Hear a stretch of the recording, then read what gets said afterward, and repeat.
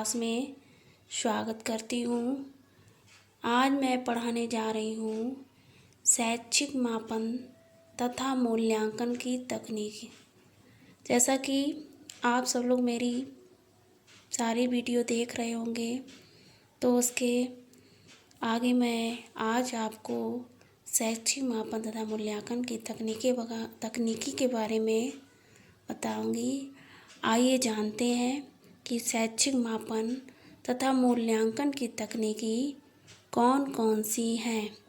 तो नंबर 1 अवलोकन तकनीकी, नंबर 2 सह आख्या तकनीकी, नंबर 3 परीक्षण तकनीकी, नंबर 4 समाजमितीय तकनीकी और नंबर 5 प्रक्षेपी तकनीकी। आइए जानते हैं कि अवलोकन तकनीकी क्या है। सबसे पहले मापन तथा मूल्यांकन का शिक्षण प्रक्रिया की गुणवत्ता के निर्धारण में महत्वपूर्ण योगदान होता है।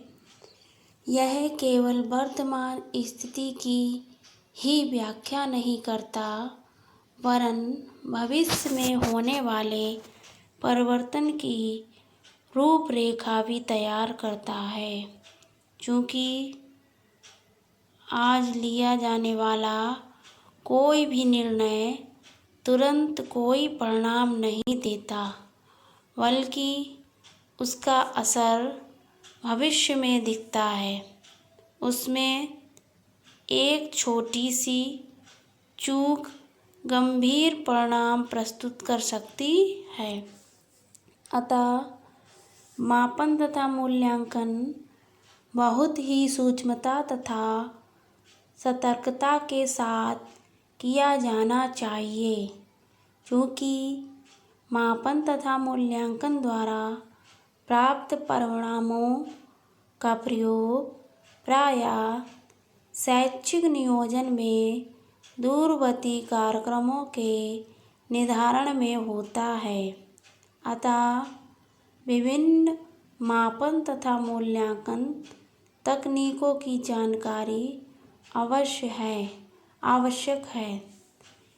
इन तकनीकों को 5 मुख्य भागों में बांट सकते हैं। तो आइए, नंबर 1 भाग है अवलोकन तकनीकी। अवलोकन तकनीकी किसी व्यक्ति, वस्तु, घटना अथवा प्रक्रिया को देखकर या अवलोकित करके उसके व्यवहार के मापन की प्रविधि है। अवलोकनकर्ता स्वाभाविक व्यवहार या घटना को प्रभावित किए बिना निरपेक्ष रूप से व्यवहार के विभिन्न पहलुओं का मात्रात्मक विवरण प्राप्त करने का प्रयास करता है, जिससे व्यक्ति के व्यवहार की सूक्ष्मता से वैज्ञानिक व्याख्या की जा सके। इस कार्य हेतु अवलोकनकर्ता विभिन्न प्रकार के उपकरणों जैसे चेकलिस्ट, अवलोकन चार्ट, अवलोकन सूची, दैनिक कोल्ड रिकॉर्ड आदि का उपयोग करता है, जिससे परिणामों की विश्वसनीयता तथा वैधता को सुनिश्चित किया जा सके। अवलोकन एक तकनीक के रूप में अधिक व्यापक है, जबकि एक उपकरण के रूप में इसका क्षेत्र सीमित है। यद्यपि अवलोकन को मापन की वस्तुनिष्ठ विधि के रूप में स्वीकार नहीं किया जाता, फिर भी अनेक परिस्थितियों तथा विशिष्ट व्यवहार के मापन में इसका प्रयोग सफलतापूर्वक किया जाता है। छोटे बच्चों, मानसिक विक्षिप्तों तथा मनोरोगियों के व्यवहार के मापन हेतु अवलोकन प्रविधि काफ़ी सफलतापूर्वक प्रस्तुत होती है। कक्षीय गतिविधियों में अध्यापक व्यवहार, अनुशासन, अभिप्रेरणा आदि के मापन में अवलोकन प्रविधि बहुधा से प्रयुक्त की जाती है। व्यक्तित्व गुणों के मापन में अनपढ़ व्यक्तियों, मानसिक रोगियों तथा अन्य भाषाभाषी लोगों के व्यवहार के मापन करने के लिए अवलोकन एक मात्र उपयोगी प्रविधि है। अवलोकन की सहायता से ज्ञानात्मक, भावात्मक तथा क्रियात्मक तीनों क्षेत्र के व्यवहार का मापन सफलतापूर्वक किया जा सकता है। अवलोकन में अवलोकनकर्ता की मनःस्थिति, उपस्थिति तथा दुर्व्यवहार अवलोकन के परिणामों को प्रभावित करते हैं। अवलोकन कई प्रकार का हो सकता है। यदि अवलोकनकर्ता स्वयं अपने ही व्यवहार का अवलोकन करता है, तब यह स्व अवलोकन यानी सेल्फ ऑब्जर्वेशन कहलाता है तथा यदि वह अन्य व्यक्तियों या घटनाओं का अवलोकन करता है तो इसे बाह्य अवलोकन यानी एक्सटर्नल ऑब्जर्वेशन कहते हैं। जब अवलोकन किसी निश्चित उद्देश्य की पूर्ति हेतु सुनिश्चित तरीके से किया जाता है, तब इसे नियोजित अवलोकन कहते हैं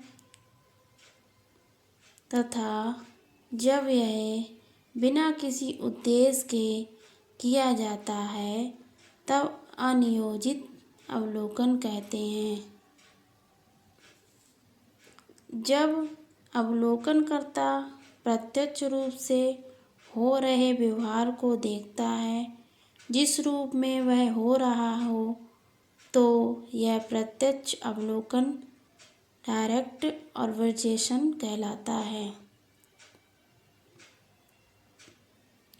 तथा जब अवलोकनकर्ता अन्य व्यक्तियों से पूछकर व्यवहार के संबंध में निर्णय देता है, तब यह अप्रत्यक्ष अवलोकन कहलाता है। यदि अवलोकनकर्ता उस समूह या प्रक्रिया का अंग बन कर अवलोकन करता है, तब यह सहभागिक अवलोकन कहलाता है। जबकि असहभागिक अवलोकन में समूह के क्रियाकलापों से अलग रहते हुए अवलोकन कार्य किया जाता है।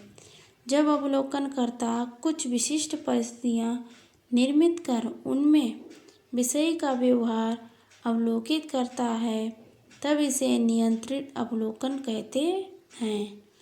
जबकि अनियंत्रित अवलोकन में वास्तविक तथा स्वाभाविक परिस्थिति में अवलोकन किया जाता है। अवलोकन तकनीकी में यह प्रयास रहता है कि स्वाभाविक तथा वास्तविक व्यवहार प्रदर्शन का अवसर मिले, जिससे व्यवहार की प्रकृति तथा मात्रा का यथार्थ आकलन किया जा सके।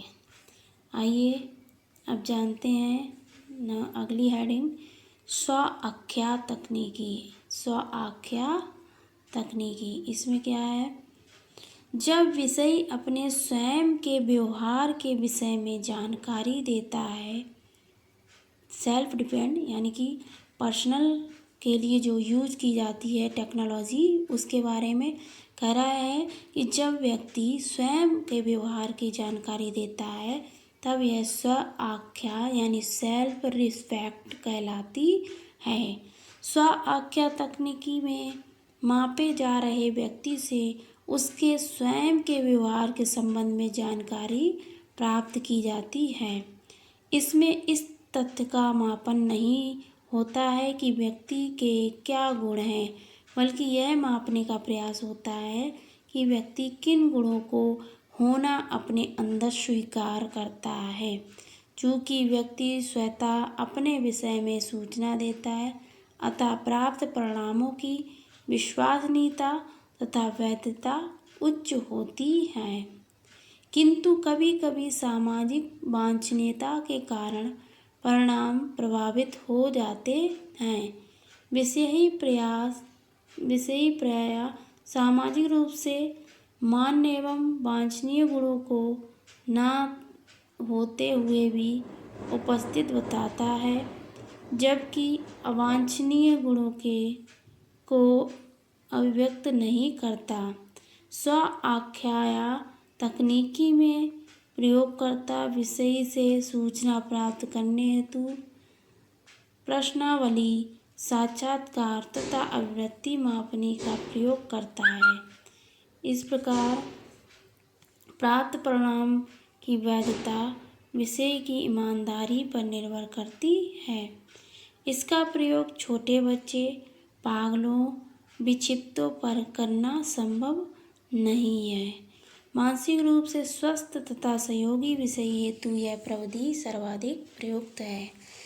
आइए जानते हैं अगली परीक्षण तकनीकी।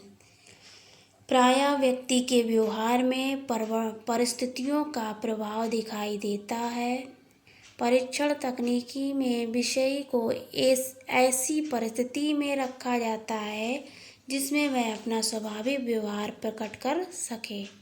परीक्षण वास्तव में नियंत्रित परिस्थिति में अवलोकन है।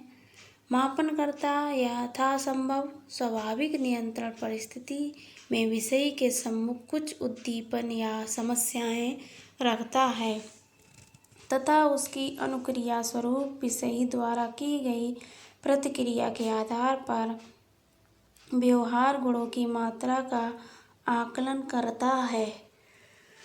यह विधि समान तथा विशिष्ट विषय हेतु प्रयुक्त है। कभी कभी परिस्थिति अत्यधिक अपरिचित होने पर स्वाभाविक प्रतिक्रिया प्राप्त करना कठिन हो जाता है। इस विधि द्वारा प्राप्त परिणामों की विश्वसनीयता तथा वस्तुनिष्ठता उच्च रहती है।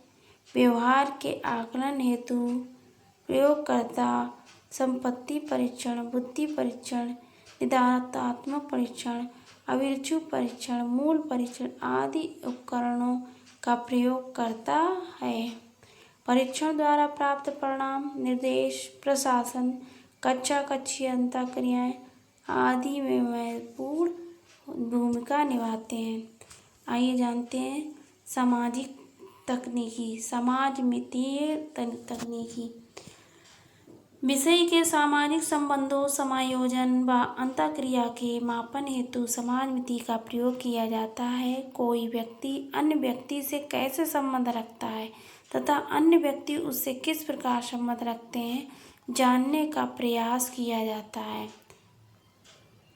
विषय से कहा जाता है कि वह दिए गए आधार पर एक या एक से अधिक व्यक्तियों का चयन करे। जैसे आप किससे बात करना चाहते हैं, आप किसे नेतृत्व सौंपना चाहेंगे, किससे दूरी रखना पसंद करेंगे आदि। प्राप्त उत्तरों का समाजमिति मैट्रिक्स, सोसाइटोग्राम तथा समाजमिति गुणांक की सहायता समाजमिति विश्लेषण किया जाता है। इस प्रकार के परिणाम चूंकि सामूहिक अभिव्यक्ति पर आधारित होते हैं, इसलिए अधिक विश्वसनीय तथा वैध रहते हैं।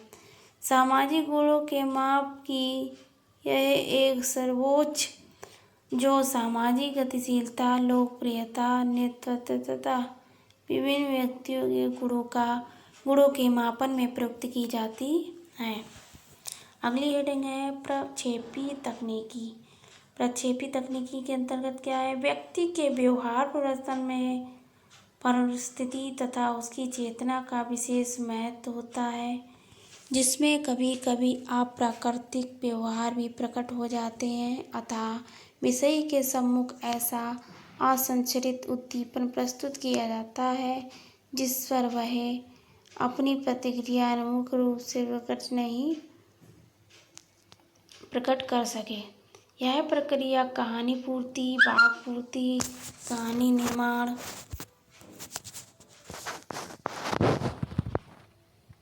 आदि द्वारा प्राप्त की जाती है। प्रक्षेपी तकनीकी की मानता है कि इस प्रकार की अभिव्यक्ति में विषयी अपनी पसंद नापसंद विचार दृष्टिकोण आवश्यकता आदि को चाहे अनचाहे अपनी प्रतिक्रिया में अभिव्यक्त कर देता है या परिस्थिति पर आरोपित कर देता है। प्रतिक्रिया का सूक्ष्म विश्लेषण करके विषयी के व्यक्तित्व गुणों को जानने का प्रयास किया जाता है। इस प्रकार की अभिव्यक्ति में प्रयोगकर्ता उन तथ्यों तक पहुंच पाता है जहां परीक्षण तथा अवलोकन द्वारा पहुंचना असंभव रहता है। इस कार्य हेतु पूर्ति परीक्षण, शब्द साहचर्य परीक्षण, टीएटी तथा रोशा मसी परीक्षण टेस्ट का प्रयोग किया जाता है। प्रक्षेपी तकनीकी द्वारा प्राप्त परिणामों की वैधता उच्च होती है किंतु विश्वसनीयता का अभाव रहता है। विश्लेषण में सावधानी परिणामों में वस्तुनिष्ठता बनती है।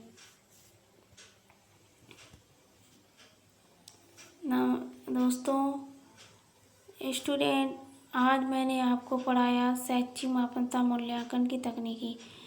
इसमें मैंने जो कुछ भी आपको पढ़ाया है, अगर उसमें कोई समझने में नहीं आ रहा है या इस विषय को लेकर आपके मन में कोई क्वेश्चन चल रहा है तो वो आप कमेंट्स बॉक्स में लिखकर मुझे बताएं और ये वीडियो अधिक से अधिक शेयर करें। आज इतना ही इस वीडियो में। कल फिर मैं उपस्थित होंगी नई वीडियो के साथ। तब तक के लिए नमस्कार। स्वस्थ रहिए, घर पर रहिए और अपना ध्यान रखिए।